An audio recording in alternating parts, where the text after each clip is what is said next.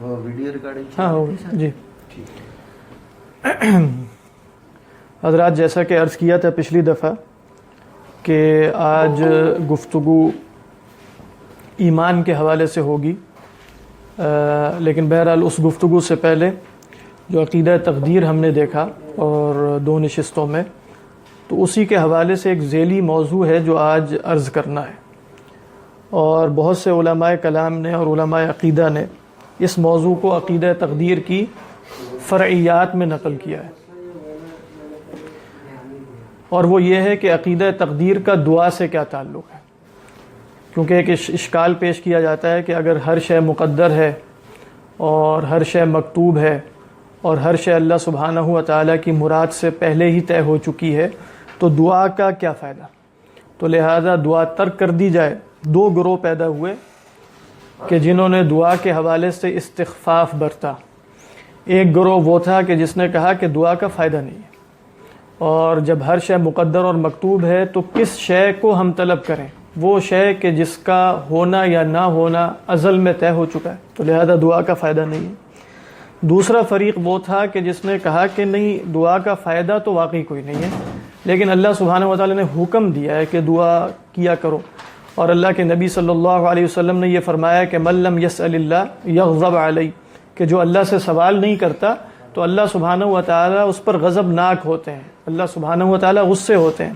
اور قرآن مجید میں جا بجا حکم ہے، وقال ربکم ادعونی استجب لکم، آپ کے رب نے کہا کہ بھئی مجھے پکارو تو میں تمہاری پکار کا جواب دوں گا.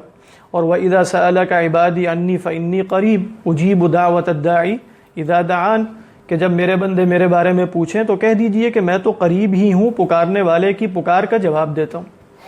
تو لہذا دوسرے فریق نے یہ کہا کہ دعا کا فائدہ تو کوئی نہیں ہے، لیکن جس طرح اللہ تعالیٰ نے اور بہت سے تعبدی امور میں ہمیں مکلف بنایا ہے، اسی طرح اللہ نے ہمیں اس کا بھی مکلف بنا دیا ہے. تو ہم نے یہ کرنا ہے، ہم نے دعا کرنی ہے، لیکن دعا اس نیت سے یا اس ارادے سے نہیں کرنی کہ دعا سے اللہ کی تقدیر بدل جائے گی اور دعا سے وہ حاصل ہو جائے گا کہ جو اللہ نے نہیں دینا، بلکہ اللہ کے سامنے عبودیت کا اظہار ہے. جیسے تعبدی امور ان امور کو کہتے ہیں کہ جو معلل نہیں ہوتے. معلل کا مطلب ہے کہ جن کی کوئی علت بیان نہیں کی جاتی، بلکہ اللہ نے کہہ دیے تو مسترا کریں گے. یعنی کوئی شخص کہے کہ بھئی 7 دفعہ چکر کیوں لگانے ہیں، 8 دفعہ کیوں نہیں لگانے کعبہ کا، اور عرفات میں جا کر کیوں بیٹھنا ہے اور منی میں کیوں بیٹھنا ہے، کسی اور جگہ کیوں نہیں بیٹھا، کہا جاتا ہے اس کے جواب میں تعبدی امور ہے. ظہر کی 4 رکعتیں کیوں ہیں، 3 کیوں نہیں ہیں، اور مغرب کی 3 کیوں ہیں، 4 کیوں نہیں ہیں، اور فجر کی 3 کیوں نہیں ہے، 2 کیوں ہیں. یہ سب امور کیا ہیں؟ یہ سب امور تعبدی ہیں. وفات کی عدت جو عورت کی ہے وہ 4 مہینے 10 دن ہے، تو 4 مہینے 10 دن کیوں ہے، 20 دن کیوں نہیں ہے، یا 3 مہینے 10 دن کیوں نہیں ہے. یہ سب امور وہ ہیں کہ جن کو ہم تعبدی امور کہتے ہیں. اور تعبدی امور میں مقصد کیا ہوتا ہے؟ اللہ سبحانہ و تعالیٰ کے سامنے عبودیت کا اظہار کرنا. لہذا اس میں تعلیل نہیں ہوتی، اس میں لما کا سوال نہیں ہوتا. تو کہا کہ دعا جو ہے وہ بھی تعبدی امر ہے، اس میں بھی کچھ ہوگا نہیں، کچھ پوچھا نہیں جائے گا، بس اللہ نے ہمارا امتحان لیا ہے اور امتحان لے کر کہا کہ بھئی مجھے پکارا کرو. تو دوسرے گروہ نے کہا ہم اللہ کو خوب پکاریں گے، اللہ کے سامنے جھکیں گے، دعائیں کریں گے، لیکن ہمیں پتہ ہے دعا سے ہوگا کچھ نہیں، لیکن اللہ نے ہمیں کہہ دیا تو ہم کر لیں گے. تو یہ ایک گروہ پیدا ہو گیا. تو اس لحاظ سے آپ دیکھ رہے ہیں کہ یہ جو مسئلہ ہے، یعنی دعا کا تعلق تقدیر سے کیا ہے، یہ عقیدے ہی کا ایک فرعی مسئلہ ہے اور اس کو سمجھ لینا چاہیے. اور یہ نہیں میں کہہ رہا کہ ہم اس کو اس طرح سمجھ لیں گے کہ تمام اشکالات دور ہو جائیں گے، کیونکہ ان دی اینڈ یہ مسئلہ بھی عقیدہ تقدیر سے چونکہ تعلق رکھتا ہے، اور عقیدہ تقدیر کا کامل فہم ہمیں حاصل نہیں ہو سکا، تو اس کا بھی کامل فہم تو حاصل نہیں ہوگا، لیکن انشاءاللہ کچھ نہ کچھ جو ہے وہ فائدہ ہوگا. اور ان امور میں جو ہے وہ ایک طریقہ یہ کہ انسان ان کو آزما کے اور تجربے میں لا کر دیکھ لے. یعنی اللہ کو پکار کے دیکھ لے، اور پکار کر جب اللہ کو دیکھے گا تو اسے پتہ چل جائے گا کہ دعا سے بہت کچھ ہو جاتا ہے. لہذا جس طرح عقیدہ تقدیر میں ہم دیکھتے ہیں کہ بھئی بظاہر انسان کے پاس اختیار اور ارادہ نہیں ہے، لیکن جب انسان غور کرتا ہے اپنے اوپر اور وجدانی طور پہ دیکھتا ہے تو اسے معلوم ہو جاتا ہے کہ ارادہ تو ہے اور اختیار بھی ہے. اسی طریقے پر دعا کر کے دیکھے، اور اس نیت سے کر کے نہیں دیکھنا کہ اللہ کو آزمایا جائے، اللہ کو آزمایا نہیں جاتا، بلکہ دعا کر کے دیکھے، دعا کی جو آداب ہیں اور شرائط ہیں اور سنن ہیں ان کے ساتھ.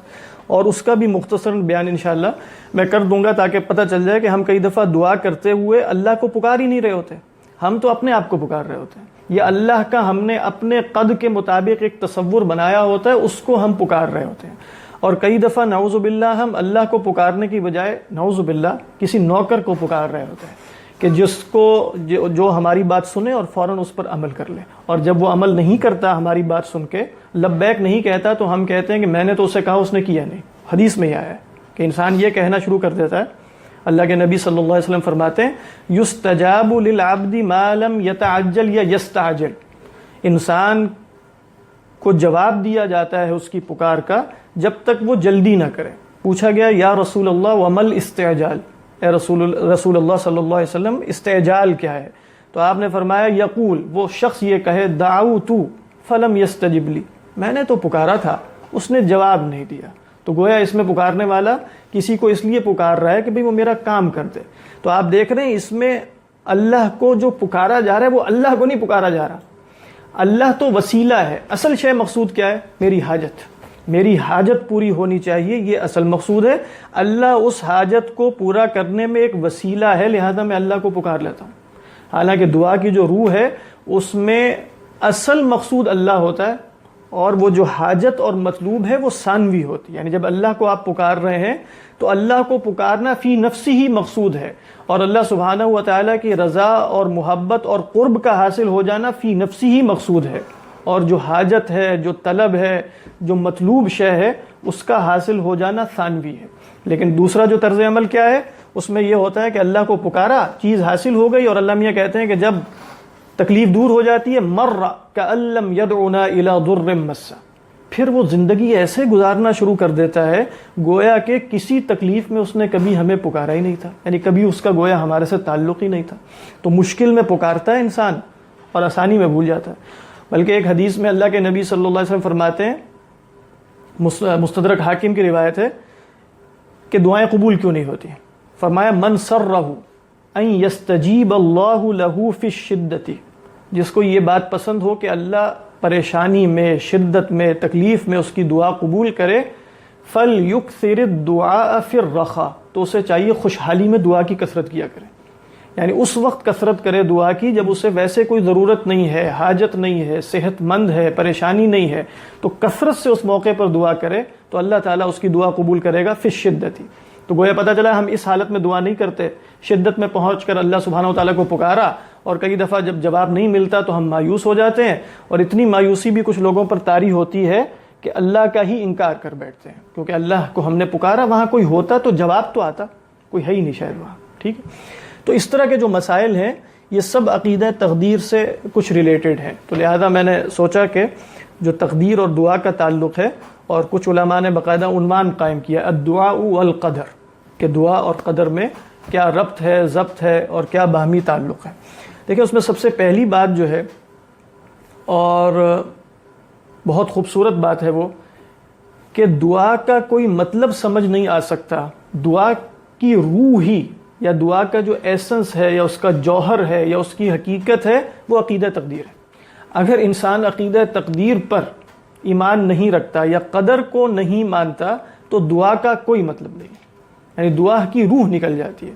تو لہذا عقیدہ تقدیر اور دعا میں جو تضاد دکھایا جاتا ہے وہ تضاد تو دور کی بات ہے، دعا سمجھ میں نہیں آ سکتی جب تک آپ قدر پر ایمان نہ رکھیں، جب تک آپ تقدیر کو نہ مانیں۔ کیسے؟ کہا کہ دیکھو عقیدہ تقدیر کا مطلب کیا ہے، یعنی اس کا ایک لفظ میں ہم بیان کریں تو وہ امام طحاوی علیہ الرحمہ کی جو عبارت ہے لا یکون الا ما یرید، نہیں ہوتا کائنات میں مگر وہی جو خدا چاہتا ہے، یہ عقیدہ تقدیر ہے۔ یعنی کائنات میں تصرف، کائنات میں نفع اور ضرر کا اختیار، کائنات میں جو ارادہ جاری و ساری ہے، جو مشیت جاری و ساری ہے، وہ صرف ایک ہستی کی ہے، وہ اللہ سبحانہ و تعالی ہے، لہٰذا وہی کچھ کر سکتا ہے، اس کے سوا کوئی کچھ نہیں کر سکتا۔ اور یہی دعا کے پیچھے اصل حقیقت، یعنی جب آپ دعا میں اللہ سبحانہ و تعالی کو پکار رہے ہیں تو اس کا مطلب یہ ہے کہ کوئی اور کچھ نہیں کر سکتا، نہ سبب کے اندر تاثیر ہے، نہ میرے اندر تاثیر ہے، نہ کائنات میں کسی اور ہستی کو تصرف حاصل ہے، ایک ارادہ جاری و ساری ہے، وہ خدا کا ہے، وہ اللہ سبحانہ و تعالیٰ کا ہے۔ تو لہذا اگر آپ اس عقیدہ تقدیر کو منہا کر دیں اور اس میں یہ ترمیم کر لیں کہ نہیں، اللہ کا ارادہ بھی جاری و ساری ہے، اللہ کے سوا بھی کوئی کچھ پیدا کر دیتا ہے، اللہ کے سوا بھی کسی کا ارادہ جو ہے وہ نافذ العمل ہو جاتا ہے، تو اس میں اللہ سبحانہ و تعالیٰ کو پکارتے وقت جو روحانی کیفیت یا قلبی کیفیات چاہیے وہ غائب ہو جائیں گی۔ یعنی اگر آپ جس کو پکار رہے ہیں اس کو پکارتے وقت آپ کے ذہن میں یہ ہے کہ اس کا ارادہ بھی ہے لیکن کئی دفعہ اس کے ارادے کے برعکس ہو بھی جاتا ہے، تو سارا توکل، سارا اعتماد، سارا بھروسہ رخصت ہو جائے گا، وہ تفویض کی جو کیفیت ہے وہ ختم ہو جائے گی۔ تو لہذا قدر اور دعا میں کسی قسم کا تضاد نہیں ہے، بلکہ دعا جو ہے وہ قدر کے بغیر سمجھی نہیں جا سکتی۔ اور جس نے لہذا ہم نے جو حضرت عبداللہ ابن عباس رضی اللہ تعالی عنہ کا قول دیکھا تھا، اس کا مطلب یہی تھا، آپ نے فرمایا تھا کہ القدر نظام التوحید، قدر جو ہے وہ توحید کا نظام ہے۔ نظام کس کو کہتے ہیں؟ یہ نظم سے ہے، نظم کا مطلب ہوتا ہے جوڑ کر رکھنے والی شے، ٹھیک ہے؟ تو لہذا آپ دیکھتے ہیں کہ نظم کا مطلب یہی ہوتا ہے کہ چیزیں جو ہیں وہ بکھری ہوئی نہ ہو، بے ترتیب نہ ہو، بلکہ کسی ایک لڑی میں انہیں پرو دیا جائے۔ تو کہتے ہیں توحید متماسک نہیں ہوتی، توحید قوی نہیں ہوتی جب تک عقیدہ تقدیر نہ ہو۔ تو عقیدہ تقدیر توحید کو جوڑ کر یا توحید کو مضبوط رکھنے والی شے ہے۔ تو القدر نظام التوحید، یہی وہ بتا رہے ہیں۔ اور توحید میں اصل کیا ہے؟ اللہ کے سامنے سر جھکانا، گریہ زاری کرنا، انکساری کا مظاہرہ کرنا، اور یہ سب سے بڑھ کر ظاہر ہوتا ہے دعا میں۔ جیسا کہ بعض بزرگوں سے مروی ہے اس طرح کہ اللہ تعالیٰ نے جو دین اتارا اس میں ایک تعلق اللہ سے ہے اور ایک اللہ کے بندوں سے ہے، ٹھیک ہے؟ یہی ہے نا، انسان دنیا میں رہے گا تو یا اس نے اللہ سے تعلق قائم کرنا ہے اور یا اللہ کے بندوں سے۔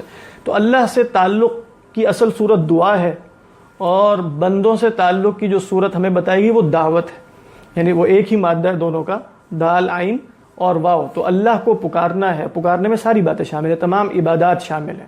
اور بندوں سے کیا تعلق ہے کہ تم نے انہیں خیر کی طرف بلانا، کنتم خیر امۃ اخرجت للناس تأمرون بالمعروف وتنہون عن المنکر، یا فرمایا ولتکن منکم امۃ یدعون الی الخیر۔ تو گویا آپ نے خیر کی طرف لوگوں کو بلانا ہے اور اللہ سبحانہ و تعالیٰ کے سامنے انکساری کے ساتھ دعا کرنی ہے۔ تو پہلی بات تو اس میں یہ سمجھ لیجئے کہ عقیدہ تقدیر میں خلل آ جائے تو دعا محض ایک جسدی کیفیت رہ جاتی ہے، اس میں سے روح نکل جاتی ہے۔ تو دعا میں روح پیدا ہوتی ہے عقیدہ تقدیر سے۔ اچھا، اس کے بعد اللہ کے نبی صلی اللہ علیہ وسلم کی بہت سی احادیث ہیں جس سے پتہ یہ چلتا ہے کہ دعا تقدیر کو ٹال دیتی ہے، اور وہ صحیح احادیث ہے۔ یعنی ایک روایت ہے مستدرک حاکم کی، اس میں اللہ کے نبی صلی اللہ علیہ وسلم فرماتے ہیں الدعاء سلاح المؤمن، یہ مشہور روایت ہے کہ دعا جو ہے وہ مومن کا ہتھیار ہے۔ اور پھر فرمایا وعماد الدین، اور دین کا ستون ہے، جیسے الصلاۃ عماد الدین کہا، اسی طرح الدعاء عماد الدین یہ بھی ہے۔ اور پھر فرمایا ونور السماوات والارض، اور زمین و آسمان کا نور ہے۔ اچھا، اس میں سلاح سے محسوس یہ ہو رہا ہے، بات واضح نہیں ہو رہی کس کے خلاف لڑنا ہے۔ تو بعض علماء نے اس کی شرح یہ کی کہ الدعاء سلاح المومن، تقدیر کے خلاف دعا سے لڑتا ہے، ٹھیک ہے؟ اور وہ بات واضح ہوتی ہے اگلی حدیث سے، وہ سیدہ عائشہ سے ہے کہ اللہ کے نبی صلی اللہ علیہ وسلم نے، یہ جو روایت میں نے سنائی ہے دعا سلاح المؤمن، یہ سیدنا علی سے مروی ہے عن النبی صلی اللہ علیہ وسلم، اور اگلی روایت ہے سیدہ عائشہ سے ام المؤمنین، قال رسول اللہ صلی اللہ علیہ وسلم لا یغنی حذر من قدر، فرمایا کہ دیکھو جتنی تدبیر کر لو تقدیر سے نہیں بچ سکتے۔ یعنی تدبیر، جیسے ایک مشہور مقولہ ہے کہ اذا جاءت تقدیر بطلت تدبیر، کہ جب تقدیر آ جائے تو تدبیر باطل ہو جاتی ہے۔ تدبیر تمہیں، یعنی تدبیر کیا ہے؟ اسباب اختیار کرنا، اسباب اختیار کرنا تمہیں اللہ کی تقدیر سے نہیں بچا سکتا۔ لیکن اس کے بعد کیا فرمایا؟ اس کے بعد فرمایا کہ والدعاء ينفع مما نزل ومما لم ينزل، دعا ہر اس شے میں نفع دیتی ہے جو شے اللہ کی طرف سے اتر چکی ہو، یعنی وہ بلا یا وہ مصیبت جو آ چکی ہو، اور وہ بلا اور وہ مصیبت کے جو ابھی نہیں آئی اس میں بھی دعا نفع دیتی ہے۔ اور پھر فرمایا، یہ ہے وہ بات، اگلی حدیث میں بھی یہ بات آئے گی، لیکن اس میں بھی اب تقدیر اور یا قدر اور دعا کی لڑائی کی طرف اشارہ ہے۔ وَإِنَّ الْبَلَاءَ، اور یہ جو مصیبت نازل ہوتی ہے لا ينزل، وہ نازل ہو رہی ہوتی ہے، اللہ کی طرف سے آ رہی ہوتی ہے، فَيَلْقَاهُ الدُّعَاء، تو رستے میں دعا سے اس کی ملاقات ہو جاتی ہے، ٹھیک، فَيَتَعَالَجَانِ، ان کی لڑائی ہو جاتی ہے، الی یوم القیامہ، قیامت تک لڑتی رہتی ہے، ٹھیک ہے۔ یعنی دعا جو ہے وہ اس تقدیر کو پیچھے بھیج رہی ہے، اور تقدیر جو ہے وہ نازل ہونے کی کوشش، بلا تقدیر نہ کہیں، بلا جو ہے وہ نازل ہو رہی ہے اور دعا اسے دفع کر رہی ہے۔ اور یہاں علماء نے شرح اس طرح کی کہ 3 حالتیں ہوتی ہیں، یا تو دعا غالب آ جاتی ہے اس بلا پر جو اللہ کی طرف سے تقدیراً نازل ہو رہی ہے، تو دعا اسے دفع کر دیتی ہے، وہ بلا نازل نہیں ہوگی، نفع دیا اس نے۔ یا یہ ہوتا ہے کہ جو بلا ہے وہ غالب آ جاتی ہے، یعنی دعا کمزور ہے۔ وہ انشاءاللہ ہم دیکھیں گے کہ دعا کیوں کمزور رہ جاتی ہے، ٹھیک ہے؟ تو دعا کمزور ہوتی ہے، بلا اس پر غالب آ جاتی ہے اور نیچے اتر جاتی ہے۔ کہتے ہیں یہ بھی ہو جاتا ہے کہ دعا بہت ہی کمزور ہو اور بلا پر اس کا کوئی اثر واقع نہ ہو۔ تیسری صورت یہ ہے کہ دعا بھی کافی قوی ہے، بلا بھی قوی ہے، دونوں میں کافی لڑائی ہوتی ہے، لیکن ایک غالب آ جاتا ہے، اور وہ غالب کون آ گیا؟ وہ بلا آ گئی۔ تو اب بلا نازل تو ہوگی لیکن بہت ہلکی ہو کے نازل ہوگی، اس کیفیت میں نازل نہیں ہوگی۔ کیوں نازل نہیں ہوگی؟ اس لیے کہ دعا نے اسے کمزور کر دیا، ٹھیک ہے؟ تو یہ یعنی دعا ہر صورت میں فائدہ دے رہی ہے، دعا ینفع مما نزل ومما لم ينزل، ٹھیک؟ پھر اگلی حدیث ہے سیدنا ثوبان جو مولا رسول اللہ ہے صلی اللہ علیہ وسلم، اللہ کے نبی صلی اللہ علیہ وسلم سے روایت کرتے ہیں، لا، یہ بالکل ہی واضح بات ہے، لا يرد القدر الا الدعاء، تقدیر کو کوئی شے نہیں پھیر سکتی سوائے دعا کے۔ اور پھر فرمایا ولا يزيد في العمر الا البر، عمر میں بھی اضافہ نہیں ہوتا مگر نیکی سے۔ اور پھر فرمایا وَإِنَّ الرَّجُلَ لَيُحْرَمُ الرِّزْقَ، آدمی رزق سے محروم کر دیا جاتا ہے، کیوں؟ بِالذَّنْبِ يُصِيبُ، کسی گناہ کی وجہ سے جس میں وہ مبتلا ہو جائے، یعنی گناہ میں مبتلا، اس میں بھی تقدیر پھرنے کی طرف اشارہ ہے۔ وہ کیسے؟ کہ اس کو رزق ملنا تھا، وہ کسی گناہ میں پڑ گیا، اور اس گناہ میں پڑنے کی وجہ سے جو اللہ کی طرف سے ایک رزق اس کے لیے مقدر ہوا تھا وہ اٹھا لیا گیا۔ تو وَإِنَّ الرَّجُلَ لَيُحْرَمُ الرِّزْقَ بِالذَّنْبِ يُصِيبُهُ، ایسے گناہ کی وجہ سے، یا بالذنب کا مطلب بسبب الذنب، يُصِيبُهُ جس میں وہ مبتلا ہوتا ہے۔ تو یہاں بھی کیا مضمون جو ہے وہ آ رہا ہے، وہ ہے لا يرد القدر الا الدعاء، تقدیر کو سوائے دعا کے کوئی شے پھیر نہیں سکتی۔ اب اشکال جو یہاں واقع ہو رہا ہے، وہ اشکال سب کے ذہنوں میں ہوگا کہ تقدیر تو نام ہی اس شے کا ہے کہ جس نے ہونا ہی ہونا ہے، تو لہٰذا یہ کہنا کہ لا يرد القدر الا الدعاء، کہ تقدیر کو سوائے دعا کے کوئی شے نہیں پھیرتی، تو اس کا مطلب یہ ہے کہ تقدیر نہیں ہوتی۔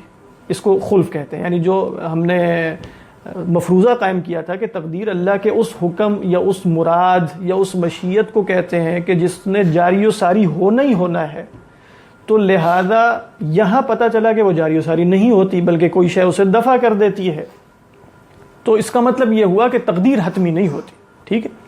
تو یہ بظاہر اس میں ایک اشکال آ رہا ہے۔ تو اس میں علماء نے کہا کہ دیکھو اس حدیث کو ایک اور انداز سے سمجھو، اور وہ یہ ہے کہ اس میں گویا اللہ سبحانہ و تعالیٰ یہ بتا رہے ہیں کہ اللہ اپنی تقدیر کے ہاتھوں مجبور نہیں ہوتا، سمجھا رہی ہے کہ نہیں؟ یعنی تقدیر مجبور کسی کو کرتی ہے تو وہ اس کے بندے ہیں، ٹھیک ہے، جو اللہ کی تقدیر سے باہر نہیں نکل سکتے۔ لیکن ایسا نہیں ہے کہ تم یوں کہو کہ اللہ کے علم اور ارادہ قدیمہ نے اللہ کو بھی مجبور کیا ہوا ہے، یعنی علم ہو گیا قدیم میں اور ارادہ بھی قدیمہ ہو گیا، اب وہی ہوگا جو ہونا ہے، لہذا اللہ سبحانہ و تعالیٰ اپنے اس علم، نعوذ باللہ، اور اپنے اس ارادے کے ہاتھوں مجبور ہیں۔ بات واضح ہو رہی ہے کہ نہیں؟ تو کہا کہ یہ حدیثیں تمہیں یہ بتا رہی ہیں اللہ کو ہم نے چونکہ فاعل مختار مانا ہے کہ جس کے ارادے پر کسی قسم کا کوئی اثر نہیں ہے، کوئی تاثیر نہیں ہے، کوئی جبر نہیں ہے، کوئی اکراه نہیں ہے، تو یہ نہ سمجھ لینا کہ خدا کے ارادے نے اور علم نے خود خدا کو مجبور کر رکھا ہے، لہذا خدا تصرف فرماتا ہے جو وہ چاہتا ہے۔ یعنی ایک اس کے اندر یہ پہلو ہے، یعنی اس کو ایک اور نگاہ سے دیکھیں گے تو ہمیں سمجھ کے آ رہا ہے کہ خدا جو چاہے گا کرے گا، یفعل اللہ ما یرید، یا فعال لما یرید، جو چاہتا ہے وہ کرتا ہے، اور اس کا چاہنا جو ہے بس اسی کا چاہنا ہوتا ہے، اور اس کے چاہنے پر کوئی پابندی نہیں ہے اور کوئی جبر نہیں ہے اور کوئی اکراه نہیں ہے۔ تو ایک تو اس کا مطلب یہ ہے۔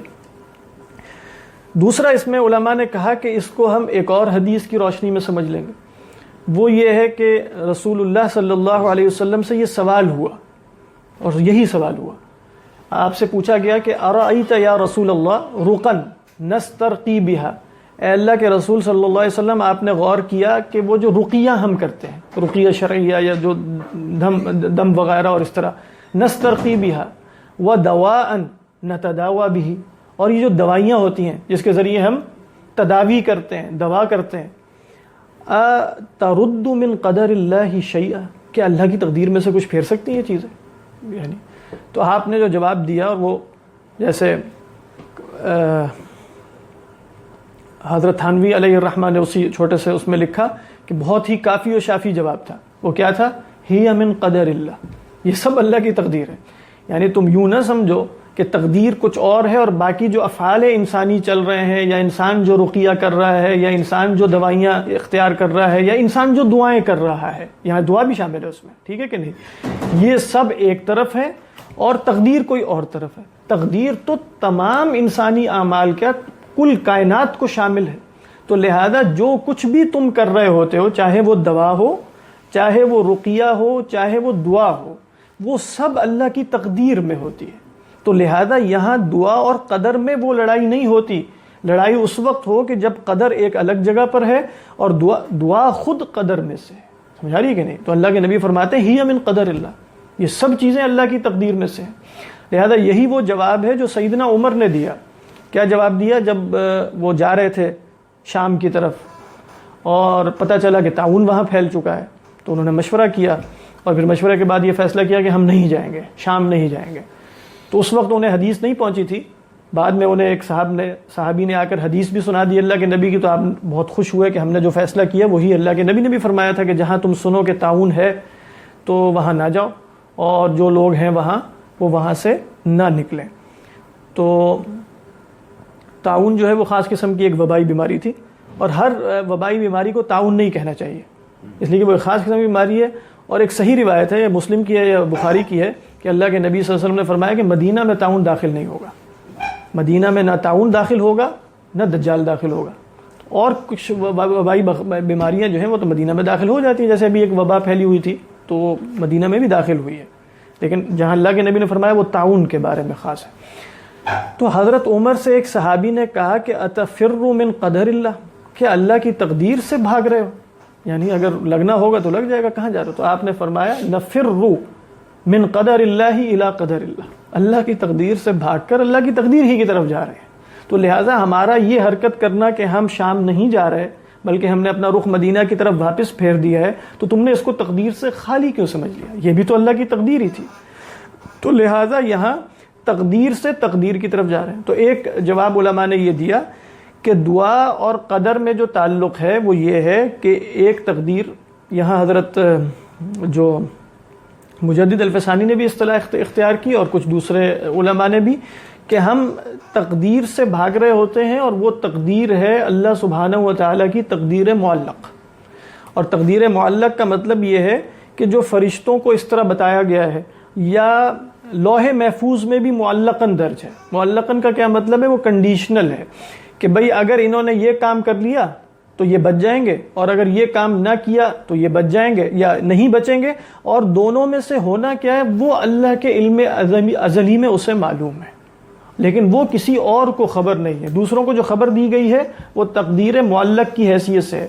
تو کئی دفعہ تقدیر معلق کو دعا دفع کر دیتی ہے جو خود اللہ کی تقدیر میں سے ہوتی ہے. تو لا يرد القدر الا الدعاء کا ایک مطلب کیا ہوگا کہ اللہ سبحانہ و تعالیٰ کی جو تقدیر معلق ہے اس میں معاملہ معلق تھا دعا کے ساتھ، کہ اگر اس نے دعا کر دی تو یہ تقدیر نازل نہیں ہوگی، اور اگر اس نے دعا نہیں کی تو تقدیر نازل ہو جائے گی. اور اللہ کے ہاں تقدیر مبرم میں یہ بات طے تھی کہ ہوگا کیا.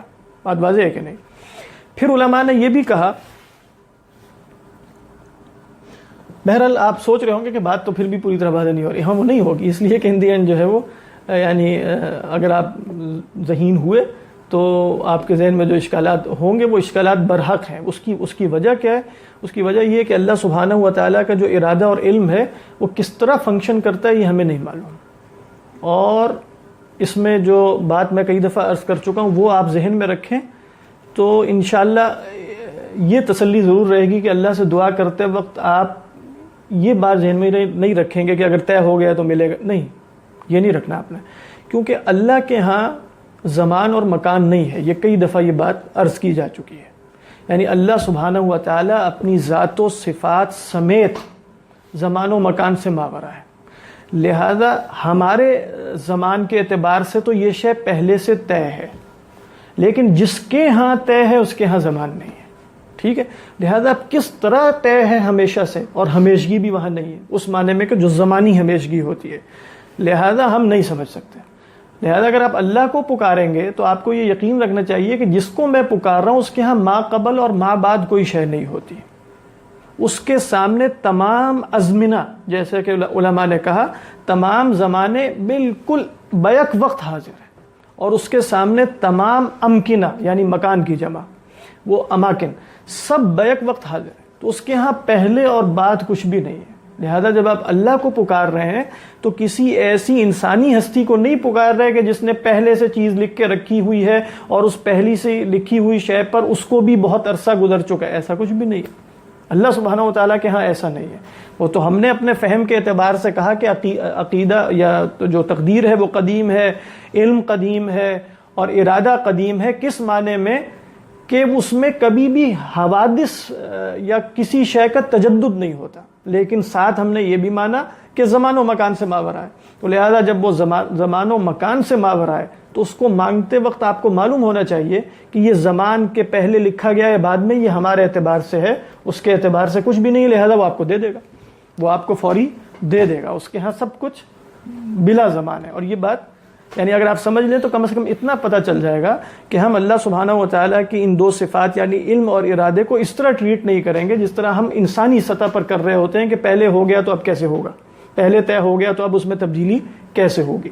اور یہی وہ معنی ہے کہ جو شاید اس آیت میں بیان کیا جا رہا ہے کہ یمحو اللہ ما یشاء ویثبت وعندہ ام الکتاب، جو چاہتا ہے مٹا دیتا ہے، جس شے کو چاہتا ہے باقی رکھتا ہے، اور اس کے ہاں تو ام کتاب ہے۔ اور یہی وہ آیت ہے کہ جس سے یہ معنی سمجھ لیا سیدنا عمر نے، اور یہ ان کی جلالت آپ کا فقہی ہے اور قدر ہے کہ انہوں نے کہا کہ اللہ اگر تو نے مجھے شقی لکھا ہے تو مٹا دے اس کو، اور وہاں جو ہے وہ لکھ دے، کیا لکھ دے؟ سعید لکھ دے۔ اب کیا حضرت عمر کو یہ بنیادی عقیدہ نہیں معلوم کہ جو لکھا ہے وہ تو جفت القلم یا جفت الاقلام، وہ تو سب خشک ہو چکا ہے، رفعت الاقلام و جفت الصحف، تو کیسے تبدیلی ہو جائے گی؟ تو گویا وہ اسی معنی کی طرف اشارہ کر رہے ہیں۔ وہ معنی یہ ہے کہ اللہ ان سب زمان و مکان سے ماورا ہے اور اللہ کا علم اور ارادہ اسے مجبور نہیں کر رہا ہوتا۔ بات واضح؟ تو اس حیثیت سے جب آپ اللہ کو پکاریں گے تو دعا قبول ہوتی ہے۔ وہ ابھی ہم دیکھیں گے کہ دعا کچھ صورتیں ایسی ہیں جس میں قبول ہونی ہی ہونی ہے۔ یہ نہیں ہم کہہ رہے کہ ہم نے کوئی چیز اللہ پر واجب کر دی ہے کہ دعا قبول ہونی ہونی، اللہ نے کہا ہونی ہونی، یعنی اللہ نے کہا دعا قبول ہوتی ہے۔ کہاں کا ہے؟ وقال ربکم ادعونی استجب لکم، اس میں کچھ بھی نہیں ہے، بس کہا پکارو جواب دوں گا۔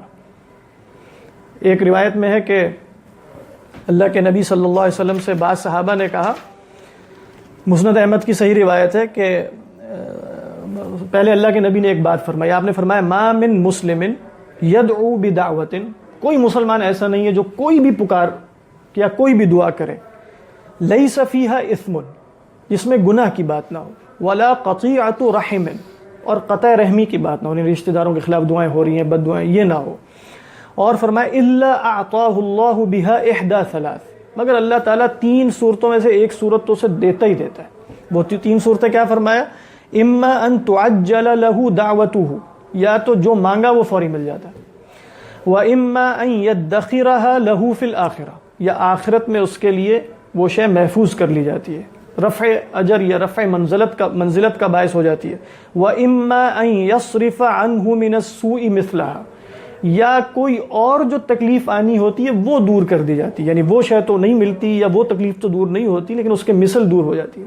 اب جب صحابہ نے یہ سنا کہ یعنی دعا کا ہر صورت میں فائدہ ہے، تو صحابہ نے جواب دیا قالوا اذا نکثر، کہنے لگے اللہ کے نبی پھر تو ہم بہت کریں گے، یعنی پھر تو اگر فائدہ ہی فائدہ تو پھر ہر وقت دعا ہی کرتے رہیں گے۔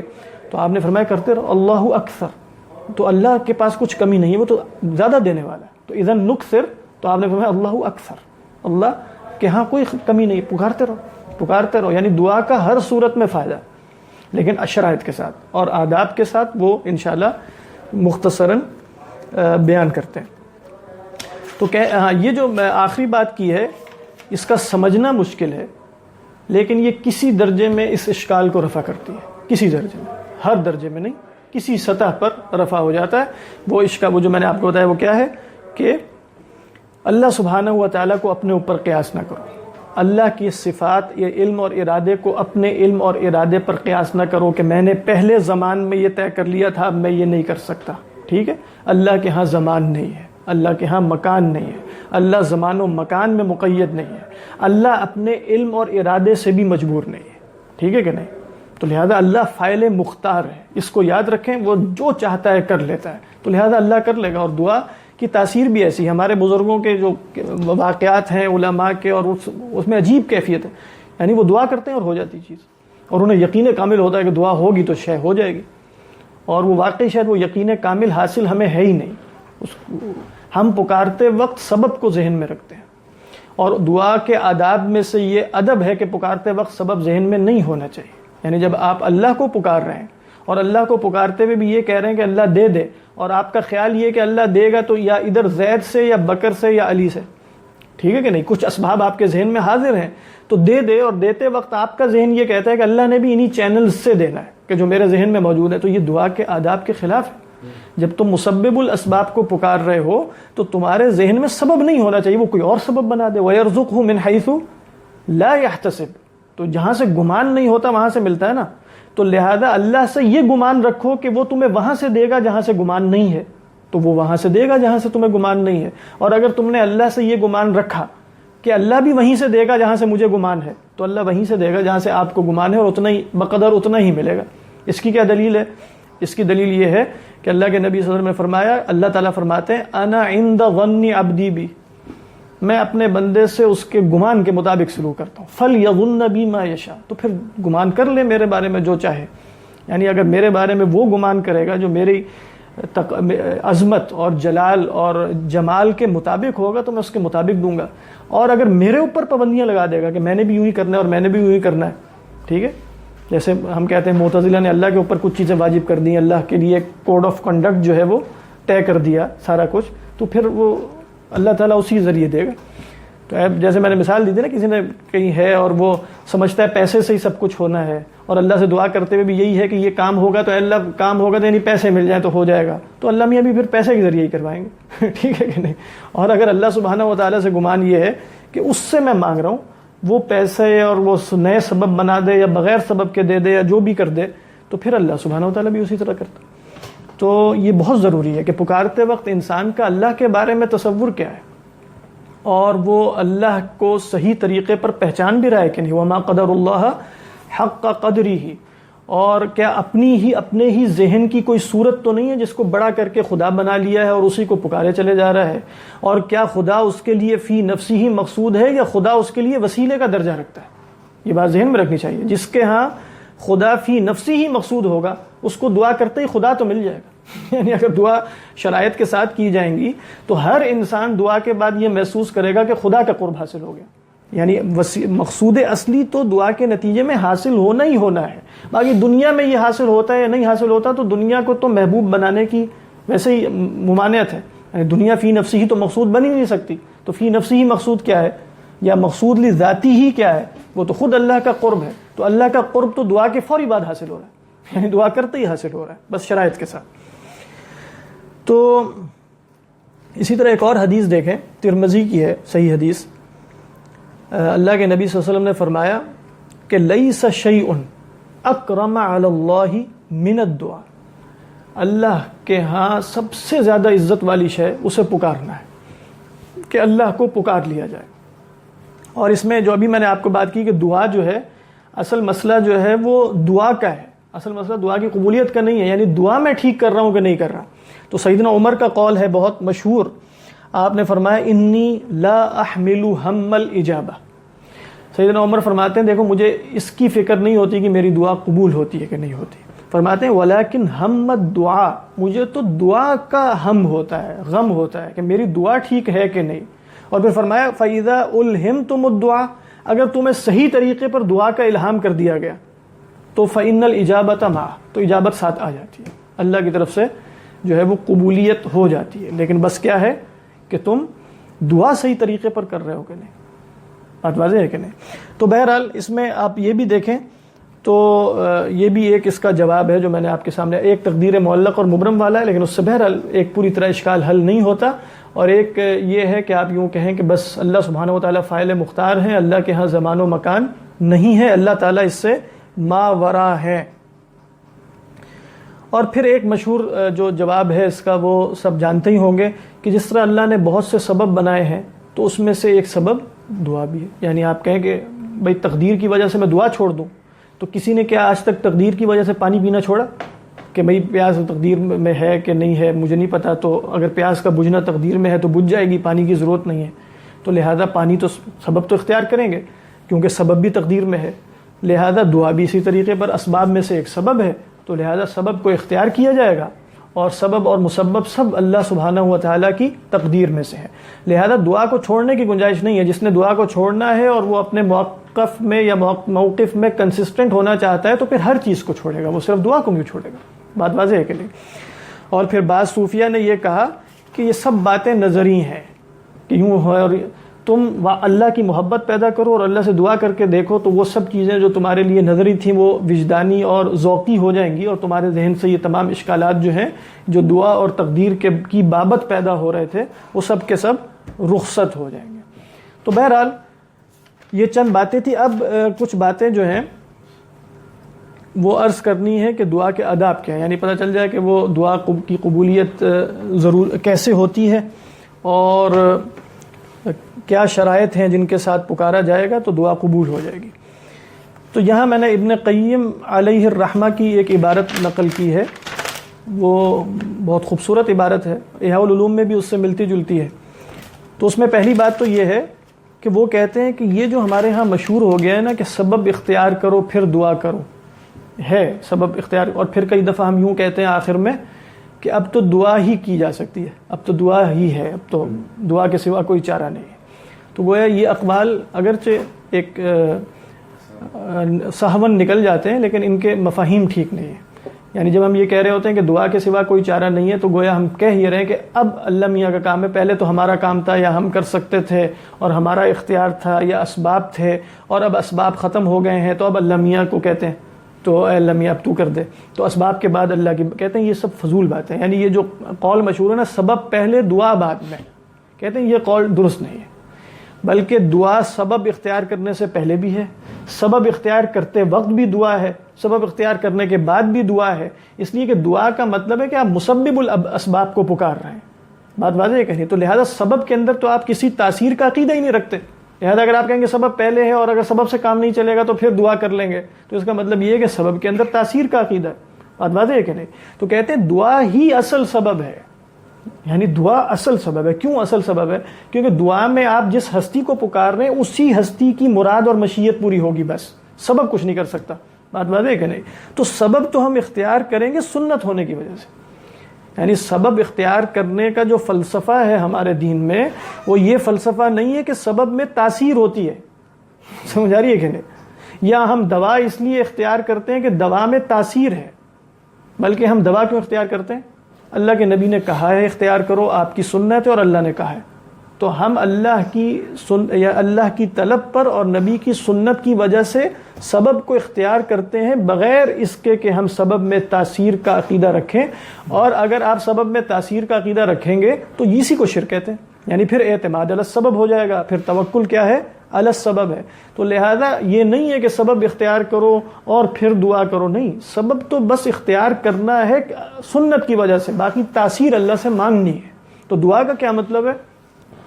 دعا کا مطلب ہے کہ آپ اللہ سبحانہ و تعالیٰ سے تاثیر کے طلبگار ہیں کہ اللہ ہم نے سبب اختیار کیا، سبب میں تاثیر کوئی نہیں ہوتی، سبب کیوں اختیار کیا پھر جب تاثیر نہیں ہے؟ کیونکہ آپ نے کہا تھا کر لو تو ہم نے کر لیا، لہذا اللہ اب اس کے اندر تاثیر پیدا فرما دے۔ تو لہذا دعا سبب سے پہلے بھی ہے، دعا سبب کے ساتھ بھی ہے، دعا سبب کے بعد بھی ہے۔ تو یہ، اور پھر وہ فرماتے ہیں دعا ہی اصل سبب ہے، یعنی اصل سبب سے مراد یہ نہیں کہ دعا کر لینا سبب ہے، یعنی چونکہ دعا میں آپ نے درخواست کسی ہستی سے کی ہے تو یہ ہستی ہی کر سکتی ہے بس، لہذا دعا اس اعتبار سے اصل سبب ہے، اس کے سوا کوئی سبب نہیں ہے۔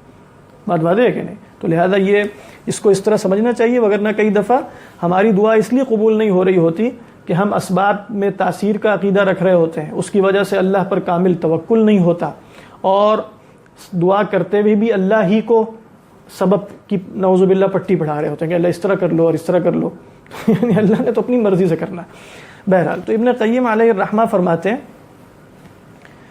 کہ دعا قبول کیوں نہیں ہوتی، یعنی دعا قبول کیوں نہیں ہوتی؟ کہتے ہیں کہ کبھی تو دعا اپنی ذات میں کمزور ہوتی ہے، اما لضعفہ فی نفسہ، کیسے؟ بِأَن یکون دعاء لا يحبہ اللہ، کہ ایسی دعا کر لی جائے جو اللہ کو ویسے ہی پسند نہیں ہے۔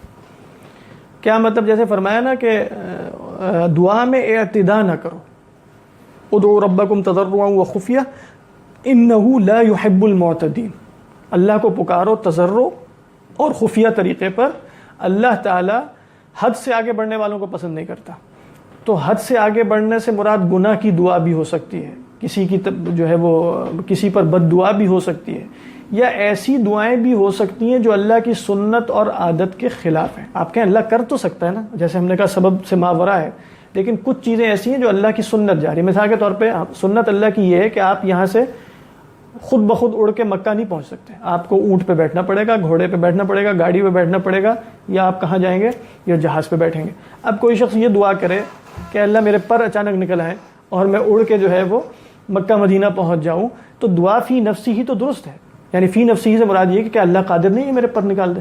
قادر ہے، لیکن یہ دعا میں اعتدا ہے، کیونکہ اللہ سبحانہ و تعالیٰ کی سنت اس طریقے پر جاری نہیں ہے کہ وہ لوگوں کے، انسان کے پر نہیں ہوتے، چڑیوں اور پرندوں کے ہوتے ہیں، انسان کے نہیں ہوتے۔ بات واضح ہے کہ نہیں؟ ہاں یہ ضرور ہے کہ اللہ تعالیٰ کرامت کسی کو یہ دے سکتا ہے، ایسا بھی نہیں ہے، لیکن وہ یہ اس طرح کی کرامت مانگ نہیں رہے ہوتے کہ اللہ میں نے اڑ کے پہنچنا ہے۔ ہاں کچھ بزرگوں سے ایسی کرامات ہیں کہ وہ جیسے اللہ میاں نے انہیں مختصر مدت میں پہنچا دیا، جیسے خود اللہ کے نبی صلی اللہ علیہ وسلم تشریف لے گئے لیلا من المسجد الحرام الی المسجد الاقصی، اور پھر آپ کو معلوم ہے سفر معراج ہے۔ تو ایسا ہو تو سکتا ہے، لیکن اس طرح کی دعائیں کہ اللہ تو نے اللہ کے نبی کو بھی پہنچا دیا مسجد حرام سے مسجد اقصی تک، تو مجھے بھی یہاں سے مسجد اقصی ایک رات میں سیر کروا دے۔ تو اپنا یعنی یہ منہ اور مسور کی دال سے مراد اپنا آئینے میں شکل دیکھ کے سوال کرنا چاہیے۔ کئی دفعہ وہ سوالات ایسے نہ ہو کہ جس میں خام خواہ ایک بزرگ بننے کا دعویٰ ہو اور اللہ سے عشق اور وصال کے دعوے ہوں وغیرہ وغیرہ۔ تو دعا فی نفسی ہی ایسی نہ ہو جو اللہ کو پسند نہیں ہے۔ لہذا علماء نے کہا کہ بہت سے جو ہمارے بزرگ تھے، صوفیہ تھے، اگرچہ منع نہیں ہے لیکن وہ دنیا کی چیزیں تو مانگتے ہی نہیں تھے، اور اللہ کے نبی صلی اللہ علیہ وسلم کی بھی دعائیں دیکھیں آپ تو اصلاً جس پر فوکس ہے وہ اللہ کا شکر ہے، وہ حمد ہے، اور وہ اللہ کی بڑائی اور کبریائی کا اعلان ہے، اور وہ آخرت کے حصول کی طلب اور تڑپ ہے۔ تو اصل دعا یہ ہونی چاہیے نا۔ تو اگر یہ دعا ہے ہی نہیں اور پھر صرف دنیا کی چیزیں مانگی جا رہی ہیں تو پھر اس میں کیا چیز کیا ہے کہ پھر اللہ وسیلہ ہے، خود مقصود نہیں ہے، اللہ تعالیٰ مقصود نہیں ہے، وسیلہ ہے اللہ کے، یوں ہو جائے اور یوں ہو جائے اور وہ ہو جائے۔ اگر اللہ مقصود خود ہوتے تو سب سے بڑھ کر دعا کیا ہونی چاہیے کہ اللہ کا دیدار ہو اور آخرت میں اللہ کا قرب حاصل ہو اور جنت حاصل ہو جائے جو اللہ کے رضا کا محل ہے۔ تو سب سے زیادہ دعا وہی ہوگی نا جب آپ کا مقصود لذاتی ہی خود اللہ سبحانہ و تعالیٰ کا قرب ہوگا۔ تو انسان کو یہ غور کرنا چاہیے کہ اس کی دعائیں جو ہیں وہ کتنی اس طرح کی ہیں اور کتنی دوسری طرح کی ہیں۔ تو فرماتے ہیں کئی دفعہ تو وہ دعا فی نفسی ہی کمزور ہوتی ہے، فی نفسی ہی۔ اور کہتے ہیں کبھی دعا تو ٹھیک ہوتی ہے، بڑی اچھی اچھی دعائیں اور جو مانگا جانا چاہیے اللہ سے وہ مانگا جانا چاہیے، لیکن دل کمزور ہوتا ہے، ضعف القلب ہو جاتا ہے، اور عدم اقبالہ علی اللہ، اللہ پر پوری طرح جو متوجہ ہونا چاہیے تھا وہ متوجہ نہیں ہوتا، وہ یہ سبب کی طرف متوجہ ہے، وہ ادھر متوجہ ہے۔ اقبال علی اللہ کا مطلب ہے اللہ کو پکارتے وقت اللہ کے سوا سامنے کوئی نہ ہو، اقبال علی اللہ۔ تو کہتے ہیں عدم اقبالہ علی اللہ سبحانہ و تعالی، وعدم جمعیتہ علی، جمعیت قلب حاصل نہیں ہوتی اللہ سبحانہ و تعالیٰ پر۔ یعنی اقبال تو ہے اللہ پر، جمعیت اور اقبال میں فرق کیا ہے؟ اقبال تو ہے اللہ پر، لیکن جمعیت کا مطلب ہے دل کے کچھ گوشے اور خانے ایسے ہیں کہ جن کا رخ کہیں اور بھی ہو رہا ہے۔ اللہ کی طرف اقبال تو ہے لیکن جمعیت کے ساتھ اقبال نہیں ہے۔ تو کہتے ہیں یہ ہو جاتا ہے، پھر دعا قبول نہیں ہوتی۔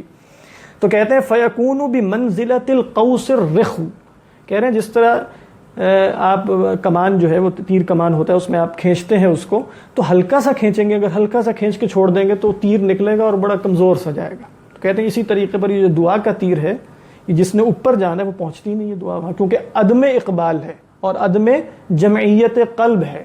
تو لہذا وہ جو دل سے دعا نکلتی ہے اس کے اندر یہ صلاحیت نہیں ہے، یا اسے وہ پر حاصل نہیں ہوتے جس سے اڑ کر وہ اللہ تک پہنچ سکے۔ تو یہ بھی ہو جاتا ہے. یا پھر کیا کہتے ہیں, یا پھر یہ ہو جاتا ہے کہ کوئی حصول مانع ہوتا ہے, کوئی شے روک دیتی ہے. جیسے یہ تو شرائط تھی نا ہونی چاہیے, یعنی کسی بھی شے کے فعال ہونے کے لیے کچھ شرائط کا وجود ضروری ہے اور کچھ موانع کا عدم وجود ضروری ہے.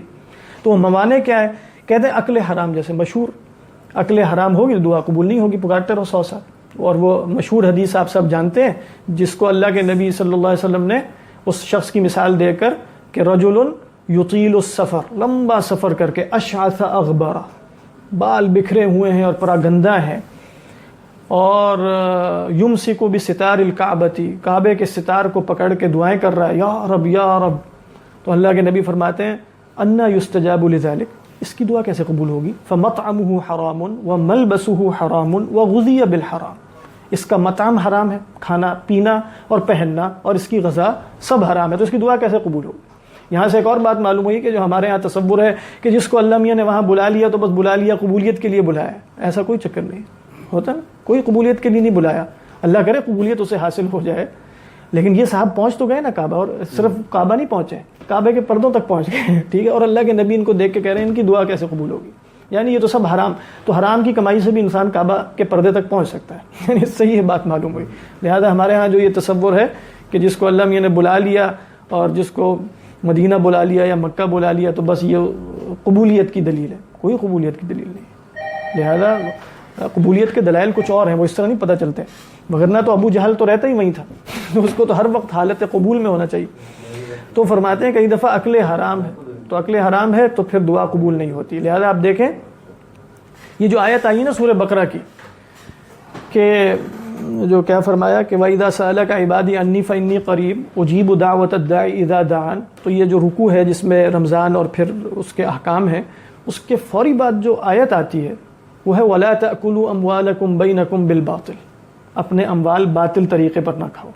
تو گویا اس میں علماء نے ربط یہ بیان کیا کہ ابھی فرمایا تھا کہ دیکھو تو میں پکارنے والے کی پکار قبول کرتا ہوں, دعا قبول کرتا ہوں, تو اس میں آگے ایک معنی بتا دیا کہ ہاں باطل طریقے پر اگر مال شال کھا رہے ہو اور حرام کی کمائی ہے تو پھر دعا کی قبولیت کا وہ جو وعدہ ابھی کیا گیا ہے وہ وعدہ نہ سمجھو, ٹھیک ہے. تو وہاں بھی کچھ بتایا فَلْيَسْتَجِيبُوا لِي وَلْيُؤْمِنُوا بِي, اور یہ بہت اہم بات ہے. یعنی اللہ کو پکار رہے ہیں اور پکارتے ہوئے بھی اللہ پر ایمان نہیں ہوتا کئی دفعہ. یہ وہ بات ہے جو ہم بتا رہے تھے, سبب پر اعتماد ہوتا ہے, اللہ کو اپنے مقصد کے لیے پکارا جا رہا ہوتا ہے, اللہ مقصود نہیں ہوتے. لہذا کیا فرمایا اللہ تعالیٰ فرماتے ہیں میری پکار کا جواب دو, یعنی شریعت پر چلو اور مجھ پر ایمان بھی رکھو. وَلْيُؤْمِنُوا بِي, تو پتہ چلا اللہ کو پکارتے وقت ایمان صرف اللہ پر ہونا چاہیے. ایمان کسی اور شے پر ہو گیا تو پھر اللہ کو نہیں پکارا. اور پھر ہم کہ یعنی خیال یہ ہوتا ہے میں نے اللہ کو پکارا, اللہ نے جواب نہیں دیا. بھئی اللہ کو پکارا بھی تھا کہ نہیں پکارا تھا؟ یعنی وہ اللہ ہی تھا جس کو پکارا تھا, اور کیا اللہ پر ایمان رکھ کے اللہ کو پکارا تھا؟ سمجھ آ رہی ہے کہ نہیں؟ کیا عبد بن کے اللہ کو پکارا تھا یا مالک بن کے اللہ کو پکار رہے تھے کہ اللہ یہ کام کر دے؟ عبد بن کے پکارنے کا مطلب یہ ہے کہ میں اس حیثیت سے اللہ کو پکار رہا ہوں کہ میں کچھ نہیں جانتا. سمجھ آ رہی ہے؟ اور نہ میرے پاس کوئی قدرت ہے, میری ساری مصلحت تو ہی جانتا ہے بس. واللہ یعلم وانتم لا تعلمون. اگر آپ اس حیثیت سے اللہ کو پکار رہے ہیں تو یہ عبد بن کے پکارنا ہے, اور اگر آپ اس حیثیت سے اللہ کو پکار رہے ہیں کہ میری مصلحت کا علم تو مجھے ہے, لہذا تو میری اس مصلحت کو پورا کر دے, ٹھیک ہے کہ نہیں؟ تو اس میں انسان عبد بن کے تھوڑی پکار رہا ہے, اس میں انسان رب بن کے نعوذ باللہ پکار رہا ہے کہ میں جانتا ہوں تو میں نے جان لیا. یعنی اے اللہ تجھے بتانے کی ضرورت نہیں ہے کہ میری مصلحت یہ ہے کہ نہیں, وہ تو میں خود جان لوں گا, تو کر دے بس یہ کام, ٹھیک ہے. تو یہ بھی اللہ کو پکارنا نہیں. تو لہذا اور دیکھیں ایک اور بات اس میں جو علماء نے کہا, کئی دفعہ کہتے ہیں نا کہ بھئی اچھا چلو جیسے ملحدین بھی اور ایتھیسٹ اللہ کو پکار کے دیکھتے ہیں جواب آتا ہے کہ نہیں. اچھا پکارا نہیں آیا, ٹھیک ہے. تو دیکھیں اللہ کو پکارنا کیا ہے؟ اللہ کو پکارنا ہے ان تمام کیفیات اور ان تمام احوال کے ساتھ. تو یہ پورا پیکج لے کر آپ پکاریں گے تو جواب آئے گا. لہذا آپ کو یہ کوئی کیفیت حاصل نہیں اور آپ ٹیسٹ کرنے کے لیے پکار رہے ہیں, ٹھیک ہے کہ نہیں, اللہ ہے کہ نہیں. جیسے کوئی فون کر رہے ہیں ادھر کے, وہاں سے کوئی اٹھا ہی نہیں رہا, تو لہذا ادھر کوئی ہے ہی نہیں گھر میں, یہی نتیجہ نکالا جائے گا نا. تو کیا نہیں, دعا تو ہے ہی نہیں, لہذا کیا ٹیسٹنگ ہے, کیا کچھ بھی نہیں ہے, دعا ہی نہیں ہے. تو دعا کے یہ احوال ہیں, جہاں اللہ میاں نے دعا کرنے کا کہا ہے وہاں دعا کے احوال بھی بتائیں. فَلْيَسْتَجِيبُوا لِي وَلْيُؤْمِنُوا بِي لَعَلَّهُمْ يَرْشُدُونَ. تو کہتے ہیں جیسے عقل حرام ہے, ظلم ہے کسی پر کر رہے ہیں, اور پھر فرمایا وَرَيْنُ الْقُلُوبِ دلوں پر زنگ ہے گناہوں کا اور اچانک اللہ کو پکار لیا. اور یہ کس وقت ہوتا ہے؟ جب جیسے ہم نے دیکھی حدیث کہ خوشحالی میں اللہ سے کوئی تعلق نہیں ہوتا, پریشانی میں اچانک تعلق شروع ہو جاتا ہے. اور یہی اللہ تعالیٰ نے جا بجا قرآن مجید میں مشرکین مکہ کی حالت بتائی ہے کہ وہ ہوتے ہیں اور جیسے تکلیف آتی ہے اللہ کو پکارتے ہیں, اس کے بعد پھر چھٹی ہو جاتی. تو رین القلوب ہے, اور کہتے ہیں استیلاء الغفلہ, دل پر غفلت کا طاری ہونا. کیوں؟ اس لیے کہ وہ حدیث بھی صحیح ہے کہ ان اللہ تعالی لا يقبل دعاء من قلب غافل لاہن, اللہ تعالیٰ غافل اور لاہن دل سے, غفلت اور لہو و لعب میں پڑے ہوئے دل سے دعا قبول ہی نہیں کرتا.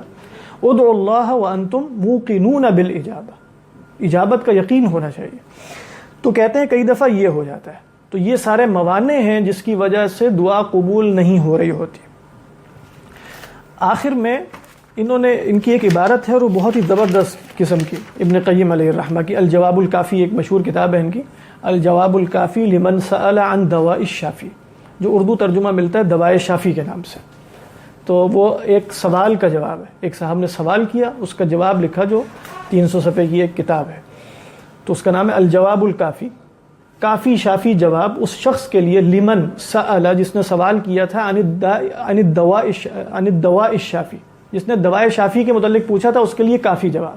ٹھیک, اور وہ مرض عشق تھا. اصل میں جو سوال پوچھا تھا وہ مرض عشق تھا, تو اس کا جواب لکھا ابن قیم علیہ الرحمہ. اور اس سے آپ دیکھ رہے ہیں کہ ہمارے علماء اس طرح کے مسائل کو بھی کس طرح ہے, مجازی عشق, تو یعنی ہو گیا کیا کیا جائے, اور پھر اس پر پوری انہوں نے تفصیلی گفتگو کی. اور ان فیلڈز میں بھی انہیں یہ مہارت حاصل ہوتی تھی کہ وہ اس پر بھی تفصیلی گفتگو کر سکیں. ٹھیک ہے, اسی کتاب میں یہ عبارت ہے. دعا پر انہوں نے بہت شروع ہی میں دعا پر گفتگو کی ہے, اور دعا کی کیا اہمیت ہے, اور دعا جو ہے وہ سلاح المؤمن ہے, اور دعا یرد القدر ہے, وہ تقدیر کو بھی لوٹا دیتی ہے, ساری بات. پھر وہ کہتے ہیں کہ بھئی یہ چند شروط ہیں, اگر یہ جمع ہو جائے تو ممکن ہی نہیں ہے کہ دعا رد ہو جائے. یعنی ممکن ہی نہیں ہے. کیوں ممکن نہیں ہے؟ کوئی زبردستی نہیں ہے اللہ پر, اللہ میں یہ نے کہا ہے کہ دعا قبول ہوتی ہے. کہتے ہیں وَإِذَا جَمَعَ مَعَ الدُّعَاءِ, اگر انسان دعا کے ساتھ جمع کر لے. کیا چیزیں اب جمع کرنی ہیں؟ حضور القلب, دل کا حضور, کوئی عدم اقبال تھا تو اس کے مقابلے میں حضور قلب ہے. وَجَمْعِيَّتَهُ بِالْكُلِّيَّةِ, اور کلیتاً جمعیت حاصل ہو جائے اسے اللہ سبحانہ و تعالیٰ پر. اچھا یہ ہو گیا, ٹھیک ہے. اس کے بعد کیا؟ وَصَادَفَ وَقْتًا مِنْ أَوْقَاتِ الْإِجَابَةِ السِّتَّةِ, اور 6 اوقات جو ہیں جن میں دعا قبول ہوتی ہے, وہ اوقات بھی اسے حاصل ہو جائے. وہ 6 اوقات کیا ہیں وہ بتایا انہوں نے. کہتے ہیں وَهِيَ الثُّلُثُ الْأَخِيرُ مِنَ اللَّيْلِ, رات کا آخری 1/3 پہر. وعند الاذان, اذان کے وقت, اذان کے فوری بعد بھی دعا قبول ہوتی ہے. وبین الاذان والاقامہ, یہ تیسرا وقت ہے اذان اور اقامت کے درمیان. ٹھیک ہے. وادبار الصلوات المکتوبات, فرض نمازوں کے فوری بعد دعا قبول ہوتی ہے. یہ چوتھا ہو گیا. اس کے بعد فرماتے ہیں وعند صعود الامام یوم الجمعۃ علی المنبر حتی تقضى الصلاة من ذلك اليوم, کہہ رہے ہیں جمعے کے دن امام کے منبر پر بیٹھنے سے لے کر نماز ختم ہونے تک بیچ میں ایک گھڑی آتی ہے جس میں دعا قبول ہوتی ہے. تو وہ بھی ہے. یہ 5واں وقت ہو گیا. اور آخر ساعت بعد العصر, اور جمعے کے دن ہی عصر کے بعد غروب سے پہلے ایک گھڑی ہوتی ہے جس میں دعا قبول ہوتی ہے. اور یہ حضرت عائشہ فرماتی تھی کہ یہ یعنی مختلف آرائیں ہیں جمعے کے دن کس وقت گھڑی آتی ہے. حضرت عائشہ کا خیال یہ تھا کہ یہ بالکل مغرب سے جسٹ قبل ہے, اور وہ بیٹھ جاتی تھیں اس وقت, اور اپنی ایک جو لانڈی تھیں یا جو ایک خادمہ تھیں ان کو کہہ دیتی تھیں کہ بھئی دیکھتے رہو سورج کتنا رہ گیا, اور دعا میں مشغول ہو جاتی تھی. تو یہ وہ وقت بھی ہے. آپ دیکھ لیں جیسے جمعے کے دن مغرب سے کوئی 10-15 منٹ پہلے کا وقت جو ہے وہ انسان اس کام کے لیے خاص کر لے کہ وہ مغرب کی اذان تک دعا میں مشغول ہو جائے گا. تو فرماتے ہیں کہ یہ 6 اوقات ہیں, یہ 6 اوقات ہیں. اگر یہ بھی ساتھ حاصل ہو جائے, ٹھیک ہے, یعنی جمعیت قلب اور اقبال اور حضور قلب ان کے ساتھ حاصل ہو جائے, پھر کیا حاصل ہو؟ کہتے ہیں وصادف خشوعا فی القلب, اور ساتھ دل میں خشوع بھی حاصل ہو. وانکسارا بین یدی الرب, اور رب کے سامنے گویا بالکل ٹوٹ جائے. انکسار کا مطلب ہے ٹوٹ جانا. ٹھیک ہے, انکسار حاصل ہو جائے. ٹوٹنے کا مطلب ہے بالکل لاچارگی ہو, اور اپنے یعنی جس کو علماء کہتے ہیں مضطر بن کے پکارے. امن یجیب المضطر اذا دعا, اور مضطر کا مطلب یہ جس کے پاس سبب ہی نہ ہو. تو کہا کہ جس کے پاس ہو لیکن پھر بھی وہ سبب کو نہ دیکھ رہا ہو وہ بھی مضطر ہے، تو لہذا اس کی دعا بھی قبول ہوگی. یعنی آپ کے پاس اسباب تو ہیں لیکن جب آپ اللہ کو پکار رہے ہیں تو گویا اپنے پاس حاصل شدہ اسباب پر بھی کوئی نگاہ نہیں رکھتے، تو لہذا آپ کی کیفیت بھی کیا ہو جائے گی؟ مضطر کی، اور مضطر کی دعا لازماً قبول ہوتی ہے. امن یجیب المضطر اذا دعاہ ویکشف السوء ویجعلکم خلفاء الارض، تو کہہ رہے ہیں انکسار حاصل ہو جائے، وذلن، اور ذل یعنی ذلت حاصل ہو جائے، تواضع حاصل ہو جائے، وتضرعا، اور گڑ گڑا کر پکارا جائے. اور پھر کیا فرماتے ہیں؟ واستقبل الداعی القبلہ، اور بہتر یہ ہے کہ داعی جو ہے وہ قبلہ رخ بھی ہو جائے، قبلہ رخ ہو کے پکار رہا ہو. پھر وکان علی طہارہ، اور طہارت یعنی حدث اصغر سے بھی اسے طہارت حاصل ہو، یعنی وضو کی حالت میں ہو. ورفع یدیہ الی اللہ، اور اللہ کی طرف ہاتھ بھی اٹھائے، کیونکہ ایک حدیث میں آتا ہے کہ اللہ تعالیٰ یستحی اذا رفع العبد یدیہ الی اللہ سبحانہ وتعالی ان یردہما صفرا، کہ جب کوئی شخص اللہ کی طرف اپنے ہاتھ اٹھاتا ہے تو اللہ کو حیا آتی ہے کہ اس کو خالی ہاتھ لوٹایا جائے، تو لہذا ہاتھ اٹھائے یوں کر کے. جیسے عرفہ میں آتا ہے کہ اللہ کے نبی صلی اللہ علیہ وسلم نے سر تو جھکایا ہوا تھا، ہاتھ اتنے اٹھائے ہوئے تھے کہ آپ کی جو بغل کی سفیدی ہے وہ سب کو نظر آ رہی تھی، اتنے ہاتھ آپ نے اٹھائے ہوئے تھے عرفات کے میدان میں. اچھا، وَكَانَ عَلَى طَهَارَةٍ وَرَفَعَ يَدَيْهِ إِلَى اللَّهِ سُبْحَانَهُ وَتَعَالَى وَبَدَأَ بِحَمْدِ اللَّهِ، اور شروع کرے اللہ کی حمد سے، وہ جو ترتیب ہے ہمارے ہاں، وَالثَّنَاءِ عَلَيْهِ، اور اللہ کی ثنا بیان کرنے سے، ثُمَّ ثَنَّ، پھر دوسری شے لے کر کے آئے، بِالصَّلَاةِ عَلَى مُحَمَّدٍ عَبْدِهِ وَرَسُولِهِ، پھر محمد صلی اللہ علیہ وسلم پر درود بھیجے. پھر کیا کرے؟ فوری دعا نہ کرے جو حاجت ہے. ثُمَّ قَدَّمَ بَيْنَ يَدَيْ حَاجَتِهِ التَّوْبَةَ وَالْاِسْتِغْفَارَ، اپنی حاجت پیش کرنے سے پہلے توبہ اور استغفار گناہوں سے کرے شعوری طور پہ. ثم دخل علی اللہ، پھر داخل ہو اللہ پر، یعنی اللہ سے مانگنے کے لیے. وَأَلَحَّ عَلَيْهِ فِي الْمَسْأَلَةِ، الحا کہتے ہیں یہ جو جس طرح فقیر مانگتے ہیں صرف بلا تشبیہ، یعنی فقیر جیسے آپ نے دیکھا ہو عید کے موقع پہ جو نماز پڑھنے جا رہے ہوتے ہیں تو پیچھے ہی پڑ جاتے ہیں، چھوڑتے ہی نہیں ہیں. ٹھیک ہے، تو الحا اس کو کہتے ہیں، نہیں چھوڑنا.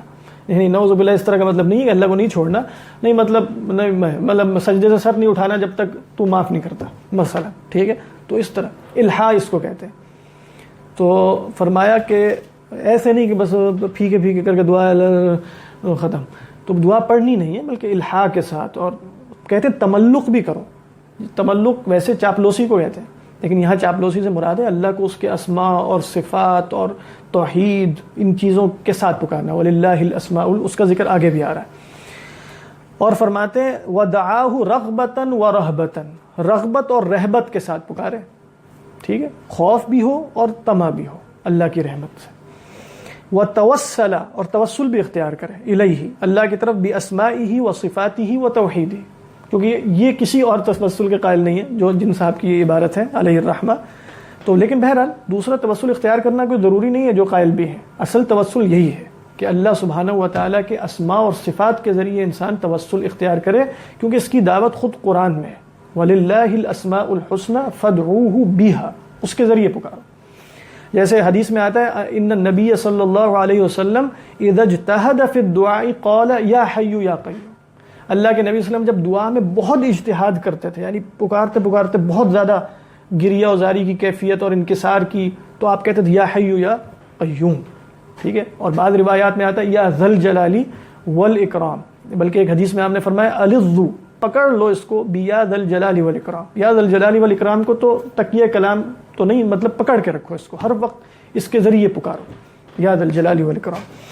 تو کہتے ہیں کہ توسل اختیار کرے اللہ کے اسماء اور صفات اور توحید کا. وقدم بین دعائہ صدقہ، دعا کرنے سے پہلے صدقہ بھی کرتا ہے، یعنی صدقہ جو ہے وہ جو بلاؤں کو ٹالتا ہے اور وہ کر رہا ہے، تو قدم بین دعائی صدقہ. فإن هذا الدعاء، یہ جو شرائط بتا دی انہوں نے، فإن هذا الدعاء لا يكاد يرد ابدا، یہ دعا تو کبھی رد نہیں ہوتی. یعنی یہ ان شرائط کے ساتھ اگر دعا کی جائے گی، اور یعنی جو ہم نے دیکھ لیا موانع بھی نہیں ہے، عقل حرام بھی نہیں ہے، کچھ بھی نہیں ہے، غفلت بھی نہیں ہے، اقبال علی اللہ ہے، توکل اسی پر ہے، عبد بن کے پکارا جا رہا ہے، اور یہ سارا پروسیجر اختیار کیا ہے اس نے، اور صدقہ بھی کر دیا، تو کہتے ہیں ایسی دعا تو کبھی رد ہوتی نہیں ہے. کیوں نہیں ہوتی؟ اس لیے کہ اللہ نے بس کہا ہے کہ دعا قبول ہوتی ہے. وقال ربکم ادعونی استجب لکم ان الذین یستکبرون عن عبادتی سَيَدْخُلُونَ جَهَنَّمَ دَاخِرِينَ. اس کے بعد ایک اور بات کرتے ہیں اضافہ، کہتے ہیں وَإِن صَادَفَ الْأَدْعِيَةَ الَّتِي أَخْبَرَ النَّبِيُّ صلی اللہ علیہ وسلم أَنَّهَا مِظِنَّةُ الْإِجَابَةِ أَوْ أَنَّهَا مُتَضَمِّنَةٌ لِلْإِسْمِ الْأَعْظَمِ. کہہ رہے ہیں اگر اس کے ساتھ اللہ کے نبی ہی کی وہ دعائیں بھی اختیار کر لے انسان کہ جس کے بارے میں آپ نے فرمایا کہ وہ مظنہ اجابہ ہیں، کہ جن کے ذریعے پکارا جائے تو دعا رد نہیں ہوتی، یا جن کے اندر اسم اعظم ہے، تو وہ دعائیں بھی پہلے مانگ لے تو پھر تو اور ہی یعنی نور علی نور کی کیفیت ہو جائے گی. اور وہ دعائیں جیسے وہ توحید کا واسطہ ہے. 2-3 روایات ہیں. ایک روایت میں فرمایا اللہم انی اسألوک بانی اشہد انک انت اللہ لا الہ الا انت الاحد الصمد الذی لم یلد ولم یولد ولم یکن لہ کفوا احد. تو اس کے بارے میں آپ نے فرمایا جس نے اس کے ذریعے پکارا اسم اعظم کے ذریعے پکارا. صحیح روایت ہے. دوسری روایت میں ہے اللہم انی اسألوک بان لک الحمد لا الہ الا انت المنان بدیع السماوات والارض یا ذا الجلال والاکرام یا حی یا قیوم. تو آپ نے فرمایا جس نے اس کے ذریعے پکارا اسم اعظم کے ذریعے پکارا. اور پھر تیسری روایت وہ جو ہم نے نقل بھی کی تھی امام بہقی سے کہ سیدہ عائشہ کو جو سکھائی آپ نے اللہم انی اسألوک باسمائک الحسنى كلها ما علمت منها وما لم اعلم واسألوك باسمك العظیم الاعظم الكبیر الاکبر الذي من دعاك به اجبته ومن سألك به اعطيته. تو یہ بھی دعا ہے. پھر چوتھی روایت ہے جس میں اللہ کے نبی صلی اللہ علیہ وسلم فرماتے ہیں ترمذی کی کہ جس نے ذنون جو میرے اخی ہیں، اخی ذنون حضرت یونس، ان کی دعا کے ساتھ جس نے پکارا تو وہ دعا بھی اس کی قبول ہوگی. وہ ہے لا الہ الا انت، جس کو آیت کریمہ کہا جاتا ہے لا الہ الا انت سبحانک انی کنت من الظالمین. اور اگر آپ وہ رکوع پڑھیں خاص طور پہ جو سورہ انبیاء کا ہے تو آپ کو یہ بات معلوم ہوگی کہ وہ ہے ہی انبیاء کی دعا. نوح نے پکارا اس طرح تو استجبنا لہو، جو ہے اس کے بعد فلاں نے ایوب نے پکارا وہ ایوب اذ نادى ربه انی مسنی الضر وانت ارحم الراحمین. اس کے بعد پھر کیا ہے حضرت ذنون ہے وظنون اذ ذهب مغاضبا فظن ان لن نقدر علیہ فنادى في الظلمات ان لا الہ الا انت سبحانک. اس کے فوری بعد وزکریا اذ نادى ربه رب لا تذرنی فردا. تو یہ سارے تو آپ دیکھیں وہاں بھی آپ کو دعاؤں کے آداب ملیں گے. حضرت زکریا جو علیہ السلام ہے ان کی دعا کے بارے میں آیا کہ خفیہ پکارتے تھے دل. ذکر رحمت ربک عبدہ زکریا اذ نادى ربہ نداء خفیہ. تو وہ فرما رہے ہیں کہ اگر وہ دعائیں بھی آ جائیں بیچ میں کہ جس کے اندر اللہ کے نبی نے فرمایا کہ اس میں اعظم ہے یا جن کے ذریعے دعائیں قبول ہوتی ہیں، تو اب یہ وہ دعا ہے کہ جس کے رد ہونے کا امکان نہیں ہے کیونکہ اللہ تعالیٰ نے وعدہ فرمایا. تو اس کیفیت کے ساتھ اور یہ سارے چیزوں کے ساتھ آپ دعا کریں گے اور عقیدہ تقدیر کو اس دعا کی روح بنائیں گے. اور جیسے ہم نے دیکھا کہ اس میں تضاد اس لیے نہیں ہے کہ عقیدہ تقدیر کے بغیر دعا کا مطلب سمجھ نہیں آ رہا سمجھے کہ نہیں؟ یعنی آپ عقیدہ تقدیر کے بغیر اللہ پر اقبال بالکلیہ کر ہی نہیں سکتے، توکل بالکلیہ کر ہی نہیں سکتے اگر آپ یہ نہیں مانتے کہ اللہ کی مشیت ہی ہے بس. ٹھیک ہے، تو پھر ہی تو دعا کا معنی ہے. تو یہ دعا ہے جس کے بعد سوچا کہ چونکہ علماء یہ ایک باب قائم کرتے ہیں کہ دعا والقدر کہ تقدیر کے ساتھ اس کا کیا ربط ہے، تو سوچا کہ اس کو جو ہے وہ بیان کر دیا جائے تاکہ امید ہے کہ کچھ افاقہ ہم سب کو ہو اور اللہ سے واقعی جو ہے وہ دعا کا سچا تعلق قائم ہو جائے.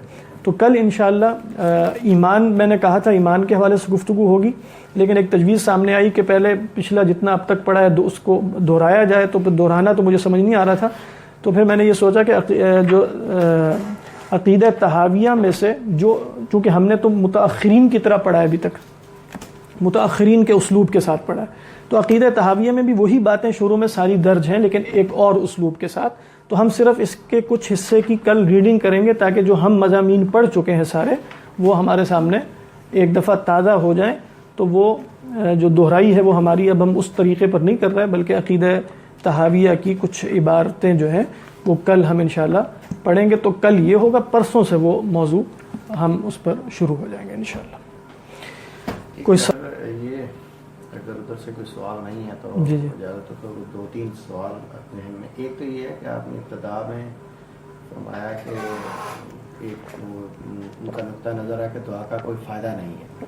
تو کہیں انہوں نے اس نقطۂ نظر سے تو یہ نہیں کہا کہ بعض اوقات جیسے کہ آپ نے حدیث بھی بیان کی تو ایک وقت آئے گا کہ انسان کی خواہش ہوگی کہ کاش میرے دنیا میں کوئی دعا قبول ہی نہ ہوتی، تو آخرت میں اس کا فائدہ ہوتا ہے، دنیا میں اس کا کوئی فائدہ نہیں ہوتا. اس طرح اس نقطہ نظر سے نہیں کہا انہوں نے. اچھا کہا. اور دوسرا یہ کہ یہ بھی نہیں ہے نا کہ دنیا میں فائدہ نہیں ہوتا، دنیا میں بھی ہوتا ہے، آخرت میں تو ہے انشاءاللہ اللہ کے، لیکن دنیا میں مطلوب حاصل بھی ہوتا ہے دعا کے ذریعے، اس میں کوئی شک نہیں ہے.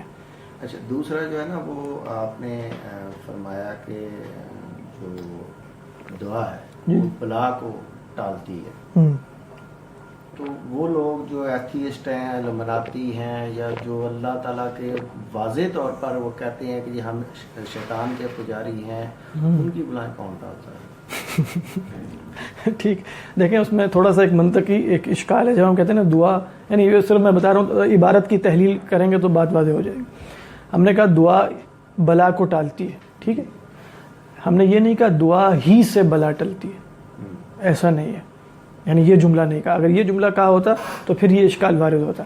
لیکن اللہ سبحانہ و تعالیٰ جیسے روایت میں آتا ہے مظلوم شخص ہے، اس کی دعا قبول کر لیتا ہے، ضروری نہیں کہ یہ ساری شرائط پوری ہو رہی، ہو سکتا ہے وہ کافر بھی ہوتا ہے، کافر کی دعائیں بھی قبول ہو جاتی ہیں، اس میں بھی کوئی شک نہیں ہے. باقی اللہ سبحانہ و تعالیٰ کی ایک رحمت عامہ ہے، شامل ہے، جو اس پوری دنیا کے لیے ایک رحمت ہے جو خاص آخرت میں ہے. دنیا میں سب، یعنی آپ کہیں کافروں کو رزق کیوں مل رہا ہے مثلا، یعنی وہ کھا پی کیوں رہے ہیں، تو وہ اللہ کی رحمت ہے. رحمتی وسعت کل شیء، ہر شے کو وسیع. اور بعض بزرگوں نے اس کی تشبیہ یہ دی کہ دنیا اصل میں اللہ کا ایک دسترخوان ہے جو اللہ نے بچھایا ہے، اور یہ سب کافر و فاجر، بر و فاسق سب کے لیے ہے. اور ایک دسترخوان ہے جو اللہ نے آخرت میں بچھانا ہے، وہ کچھ لوگوں کے لیے، ٹھیک ہے. لہذا حضرت ابراہیم علیہ السلام کی دعا دیکھیں. حضرت ابراہیم نے پہلے کہا کہ اللہ میری ذریت میں سے امام بنا. اللہ میاں نے کہا ظالم تو امام نہیں بن سکتے، لا ینال عہدی الظالمین. اس کے بعد حضرت ابراہیم نے جب یہ دیکھا کہ امامت اللہ میاں نے کہہ دیا کہ ذریت میں سب کو نہیں ملے گی، تو انہوں نے دنیا میں جو رزق ملنا تھا اس کو بھی خاص کر دیا اپنی دعا میں. تو فرمایا کہ رب اجعل هذا البلد آمنا وارزق اهله من الثمرات من آمن منهم بالله واليوم الآخر. رزق دے ان کو پھلوں میں سے، صرف ان کو جو اللہ اور یوم آخرت پر ایمان لائے. تو اب اللہ میاں نے وہاں کیا کہا، قال ومن کفر، اللہ نے کہا جو کافر ہے اس کو بھی دوں گا، فامتعه قلیلا، اس سے بھی قلیل متاع دوں گا.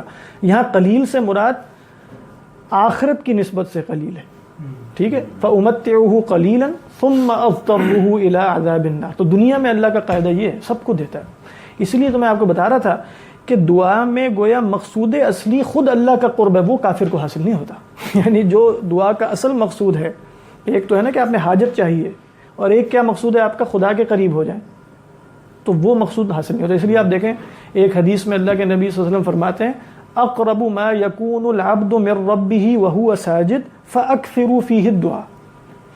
انسان اپنے رب کے سب سے زیادہ قریب سجدے کی حالت میں ہوتا ہے، تو دعاؤں کی کثرت کرو سجدے میں.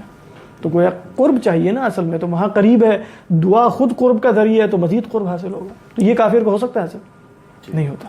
ٹھیک. اچھا سر، ایک جو یہ ہے کہ آپ نے فرمایا کہ خوشحالی میں اللہ سے انسان کی ایک کامن جو پریکٹس ہے وہ یہی ہے کہ خوشحالی میں اللہ سے غفلت ہو جاتی ہے، جی ہاں، اور پریشانی میں جو ہے نا وہ اللہ یاد آ جاتا ہے. لیکن بعض اوقات اس کے وائس ورثہ بھی ہوتا ہے. خوشحالی میں اس کو اللہ تعالیٰ کا شکر اور بڑا وہ جو ہے نا وہ ہوتا ہے، لیکن پریشانی میں اس کو ہاتھوں پیروں کی پڑ جاتی ہے جب اس کی شدت آتی ہے. تو ہاں بالکل، یہ آپ نے صحیح فرمایا. تو دیکھیں وہ جو خوشحالی میں اللہ کے ساتھ چل رہے ہوتے ہیں اور پریشانی میں اللہ سے دور ہو جاتے ہیں، یہ عموماً اللہ سبحانہ و تعالیٰ نے منافقین کا طرز عمل بتایا. مشرکین کا بتایا ہے کہ خوشحالی میں اللہ کو بھول جاتے ہیں اور تنگی میں اللہ اچانک یاد آتا ہے. منافقین کے بارے میں کیا ہے کہ جب تک سب کچھ ٹھیک ہے دین کے ساتھ چلتے رہتے ہیں. کیا فرمایا، وَمِنَ النَّاسِ مَن يَعْبُدُ اللَّهَ، اندر سے تو وہ نہیں، وہ اندر سے، ہاں وہی میں بتا رہا ہوں، اندر سے گڑبڑی ہوتی ہے. اللہ سبحانہ و تعالیٰ سے اندر سے اگر سچا تعلق نہ ہو تو ایسا ہی ہوتا ہے. یعنی سچا تعلق نہ ہونے کا مطلب یہ ہے کہ اطمینان کی کیفیت ہے، صحت بھی ہے، سب ٹھیک ہے، تو نمازیں بھی ہیں اور سب کچھ ہے. اس کا وہی کیفیت بتا رہا تھا، وَمِنَ النَّاسِ مَن يَعْبُدُ اللَّهَ عَلَى حَرْفٍ فَإِنْ أَصَابَهُ خَيْرٌ اطْمَأَنَّ بِهِ وَإِنْ أَصَابَتْهُ فِتْنَةٌ انقلب علی وجهه خسر الدنیا والآخرہ. تو اس میں ہوتا کیا ہے، اس میں اصلاً اللہ سے تعلق نہیں ہوتا، تعلق ہوتا ہے اپنی مصلحت سے. اگر وہ مصلحت دین کے ساتھ سمجھ میں آ رہی ہے، سمجھ آ رہی ہے کہ نہیں، اور وہ سمجھ رہا ہے کہ دین کے ساتھ جڑنے میں یا ان نبی کے ساتھ جڑنے میں فی الحال خوشحالی ہے اور تو وہ دین کے ساتھ جڑا رہتا ہے. تو اس کا تعلق اللہ سے نہیں ہوتا، وہ تعلق اپنے حظوظ نفس سے ہوتا ہے. ٹھیک ہے. باقی سچا تعلق ہو اگر خوشحالی میں سچا تعلق ہو تو شدت میں بڑھ جاتا ہے. اور کچھ لوگ ایسے بھی ہیں اللہ تعالیٰ جیسے فرماتے ہیں کہ کچھ لوگ اللہ کو یاد نہیں کرتے تنگی میں, پھر مشکل آتی ہے اللہ کو یاد کرتے ہیں, پھر دوبارہ جب مشکل دور ہوتی ہے تو اکثر تو یاد نہیں کرتے. وہ منہم مقتصد, کچھ ایسے ہیں جو اللہ کے ساتھ وعدے میں سچے بھی رہتے ہیں. اور ایسے بھی واقعات آپ ملیں گے کہ بہت سے لوگ بالکل پریشانی میں اللہ یاد آیا اور پھر وہ اللہ کے قریب ہوئے اور بعد میں بھی زندگی میں اللہ کے قریب ہی رہے. ان کو اللہ تعالیٰ نے فرمایا منہم مقتصد. ایسے بھی ہیں جو میانہ اور رو ہیں, جو صحیح راہ پر ہیں. تو ہر قسم کے لوگ ہوتے ہیں, لیکن ان ساری چیزوں میں کامن شے یہ ہے کہ اللہ سے سچا تعلق نہ مشرک کو حاصل ہوتا ہے نہ منافق کو حاصل ہوتا ہے. اچھا سر, اس میں ایک ہے کہ گڑ گڑا کے دعا کرنی چاہیے. ایک نقطہ فکر میں نے یہاں پہ کچھ جو ہے نا ہمارے وہ یہ کہتے ہیں کہ اگر آپ کو رونا نہیں آ رہا تو جھوٹ کا رونے والا منہ بنا لیں. لیکن یہ تو نہیں ایکٹنگ نہیں ہے. اللہ کے سامنے ایکٹنگ کر سکتے ہیں, لوگوں کے سامنے نہیں کرنی. اصل میں تنہائی میں اللہ میاں کے سامنے ایکٹنگ کرنا ایکٹنگ نہیں ہے, کیونکہ اللہ جانتا ہے آپ کو. ایکٹنگ کہتے ہیں اس جگہ ایکٹنگ کرنے کو کہ جہاں کسی کو دھوکے کا امکان ہو. ٹھیک ہے, اب میں یہاں بیٹھ کے ایکٹنگ شروع کر دوں گا تو آپ ہو سکتا ہے میری ایکٹنگ سے متاثر ہو جائیں, لیکن اللہ تعالیٰ کیونکہ متاثر ہو نہیں سکتا نا, تو اللہ کے سامنے جب آپ ایکٹنگ کرتے ہیں تو ایکٹنگ نہیں ہوتی بلکہ اپنے تضرع کا اظہار ہے کہ اللہ مجھے رونا نہیں آ رہا تو میں رونے کی کوشش کر رہا ہوں. تو اس حوالے سے حدیث ہے, آپ نے فرمایا اتلو القرآن وابکو, قرآن پڑھا کرو اور رویا کرو. فإن لم تبکو فتباکو, اور اگر رو نہ سکو تو رونے کی کوشش کرو, تکلف کے ساتھ رونے کی کوشش کرو.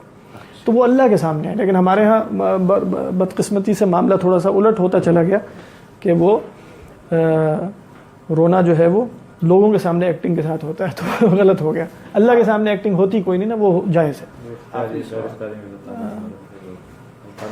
ہاں بتاؤ جو رونے کی کوشش کرنا وہ اختیاری ہے اور رونا آ جانا یہ غیر اختیاری ہے, تو بندہ وہ اختیار سے کام کرے اپنے, جو غیر اختیاری ہے وہ اللہ پہ چھوڑ دیں. لیکن وہ کچھ لوگوں کو بہت مہارت بھی ہو جاتی ہے, ان کو یہ غیر اختیاری فعل بھی اختیاری ہو جاتا ہے.